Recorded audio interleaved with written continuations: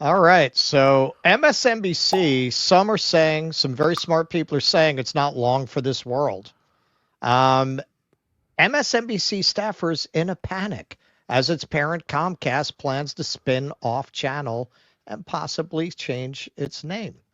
Panic engulfed MSNBC headquarters Wednesday after parent company Comcast confirmed a massive spinoff of its cable properties, with a top executive even suggesting the left leaning network may be forced to change its name. MSNBC stars Rachel Maddow, Chris Jansing, and Katie Tur joined a tense 10 a.m. meeting at 30 Rock in Midtown, led by NBC Universal Chairman Mark Lazarus, who will lead the new company, sources told the Post. Staffers fearing looming layoffs peppered him with questions about whether the network will need to change its name, logos, and headquarters after reports surfaced that the new entity could be cut off from the reporting muscle of NBC News, sources said. Lazarus told MSNBC staffers he wasn't sure whether the network would have to change its identity or its home, according to insiders. Quote, everyone is in a panic because everything is up in the air, one MSNBC source told the Post. Another insider close to the network added, people don't really know what's going on. They had the election, holidays are coming up, people are tired and just trying to get through. MSNBC declined to comment. It has seen its ratings tank since Donald Trump defeated Vice President Kamala Harris. The rabid anti-Trump network has averaged roughly 550,000 viewers since Election Day, marking a 39% drop compared with its viewership in October, according to Nielsen data. In prime time, MSNBC's audience fell 53%, according to Nielsen. Okay, so now just to be clear, this isn't just MSNBC. They're spinning off a lot of their cable channels, which include Sci-Fi, I think Oxygen they have. So they're spinning off a few because people are cord cutting, they're streaming. You're muted. Sorry, my bad. CNBC too, right? That's part of the. That's CNBC is getting spun off. CNBC is not really as worried about it because it functioned pretty independently and still does. Whereas MSNBC uses a lot of NBC's news gathering resources, uses a lot of its on-air personalities, uses its studios. CNBC actually is already at a separate studio. So they're not all that worried about it. Also, MSNBC ideologically is in a place where it's hard to see how they come back from this. Now, they are hoping there's normally a drop in viewership when your party loses. They're hoping people will come back. I don't think this is going to be quite normal. I don't think they're positioned in a good ideological lane. I also think, as we saw in this election, the podcasting world has come of age. It's become mature. A lot of people who are looking for the resistance are going to find it there. They're not going to go to MSNBC and CNN for that. So it's partly the overall business model of these cable channels is dying, combined with the fact that, they spent months talking up their viewers that Harris was going to win and she's the best thing since sliced bread. And of course it's not, and Fox kind of went through that a little bit when Romney lost. Yes. And ironically, the big soundbite that came out of that was Joe Scarborough saying conservative audiences have been lied to. That's a business model for the network. He seems to have forgotten that lesson in the case of MSNBC.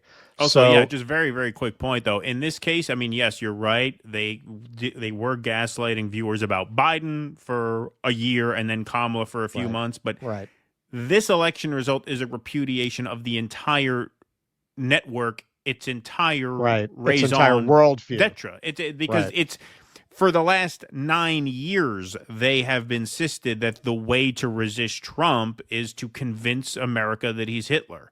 And so this result is a repudiation of their entire reason to exist as a network. That's why I think it's going to be especially lasting. Well, I don't think they're going to last. Yeah. I think what you're going to wind up seeing if they continue, because they have NBC News.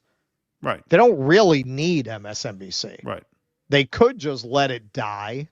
They could try to sell it, although God knows who would buy it. Elon kind of joked around with a meme that, he's very tempted to try to buy MSNBC. Yes, it's not clear who their audience is going to be at this point going forward. My theory is it just becomes something completely different. They change the name and they try to rebuild it as a completely different brand. Yep. But as this liberal #resistance network, I think that's done. I think these are the death throes of it. But Rachel Maddow is still going to be there for a little while at least, although taking a big pay cut. It's not clear how she's going to get by on $25 million, as she's reputedly going to be getting per year. MSNBC star Rachel Maddow will remain at the Ratings Challenge network for the foreseeable future after inking a new contract. Maddow famously cut the Rachel Maddow Show to once a week in 2022 to pursue other projects despite her enormous salary, which was believed to be roughly $30 million per year before the new deal. The Ankler, a media company that launched in 2022 and largely focuses on Hollywood, reported on Thursday that Maddow would take a $5 million per year pay cut and would now make $25 million per year for the next 5 years. I have to cut back on champagne lunches. The Rachel Maddow Show aired every weeknight during its heyday when it often competed for most watched cable news host. But Maddow began hosting only on Monday nights and passed the Tuesday through Friday baton to Alex Wagner 2 years ago. Maddow is also a mainstay on MSNBC's coverage of big events, such as election nights, and hosts podcasts and works on various side projects. Maddow largely built her program around passionate criticism of President-elect Donald Trump for years and famously pushed since-debunked theories tying him to Russia. She still talks that shit. She very much is going with the Eddie Murphy cheating tactic. Right. Even if they have pictures, deny it. She just keeps going. The Rachel Maddow Show thrived off the left's loathing of Trump, averaging 2.5 million viewers in 2017, 2.9 million in 2018, 2.8 million in 2019, and 3.2 million in 2020. However, Media Insider speculated during the first year of Biden's presidency in 2021 that Maddow was not long for the job, and she eventually rolled back her workload after a lengthy hiatus. So far in 2024, the Rachel Maddow Show has averaged 2.4 million viewers on Monday nights, but many of them have tuned out since Trump defeated Vice President Kamala Harris on Election Day. MSNBC has seen its audience crater on the heels of Trump's victory, and many believe that even liberal viewers are sick of the network's nonstop anti-Trump programming. The Rachel Maddow Show averaged 1.4 million viewers since the election, shedding 41% of its viewers.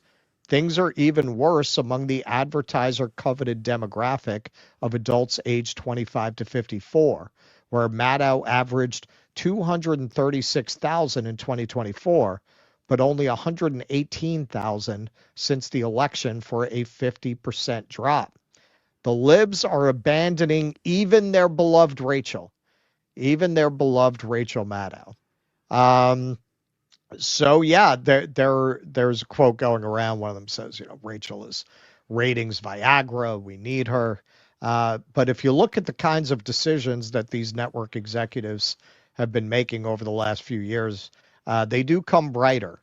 I don't know if even Rachel Maddow's fan base is going to keep coming back for more of the kind of liberal #resistance that she's really the queen of.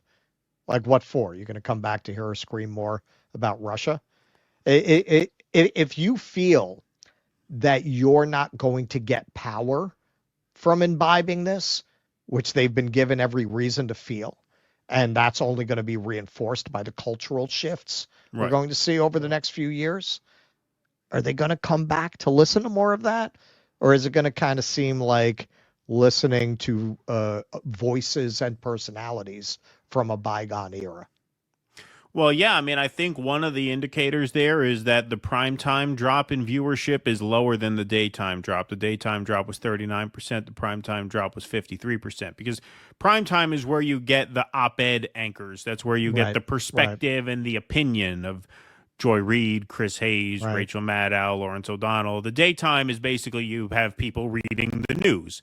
Now, if you're a lib, you may want to listen to libs read the news instead of CNN or Fox read the news. So, but the op-ed section, the real commentary portion, has dropped off even more than the straight news portion, straight as close as CNN, MSNBC can get you to straight news. So I think that is one sign of it. The other thing I have to say is, you know, if she's a warrior for the cause, I understand she has an agent, she has people who make money off her, who need to get paid. Can't you come down a little more? I mean, if the network is really in crisis and the country is about to fall to fascism, how about bringing that down to, I don't know, can you make it on $10 million a year? I mean, you've been making 30 for all these years. So, yeah, I mean, she's got to have a net worth of $250 million by now between this and the books and the speaking fees and all that shit. So you think, well, maybe knock it down a little bit more? You know, I mean, it just seems like if you're really defending the country from Hitler, 25 million seems like you're still soaking them a lot, given the fact that they're in some trouble. Yeah, Maddow doesn't believe any of that. Maddow she's often been compared to Hannity. I think the better comparison is to Glenn Beck. She learned her craft from Roger Ailes. She doesn't have any particular convictions. When I saw her at the temple, we never aired this. I do have it though. I have video of this. She goes up there and she tells the people at the temple, in order to be kind of self-deprecating, that she's used to being in the studio where I don't have to see people. That, So see, did we hear that? Oh yeah. So no, seeing you all is kind of freaking me out. Yeah. No, Rachel never talks to an audience of live. She never appears live, people. right? No, this is freaking her out. She's a performer. She's an entertainer. She's an entertainer. That's why she has no shame about continuing to double down on Russia, because she has so little respect for her audience that she says, yeah, that's what they want. That's what they want. They don't want me to admit it. They want me to keep doubling down on it. She has no integrity. She has no decency. I mean, as far as I can see from what I observed when I saw her in person, and from what I've seen of her over the years, and from the way she's continuing to conduct herself, the whole crying about the children at the border where she broke into tears. Yeah. Bullshit. So why weren't you crying when they were doing it when Biden was the president? He was still doing it. Why did What that about make you genocide? cry? What about images of children being dug out from under rubble? I mean, I'm not trying to minimize the trauma that a family goes through when they're dealing with an immigration thing. We're going to get to that later in the show, actually. But no crying on air for instance after instance after instance, over and over and over again, every hour of every day for a year. Where are of the babies tears? Murdered? Where are the tears? Right. Yeah. Where are the tears? Why aren't you crying about that? Yeah. No, she's really the Glenn Beck of the left, of the liberal class. She has no convictions. She's purely a circus clown. Please clap.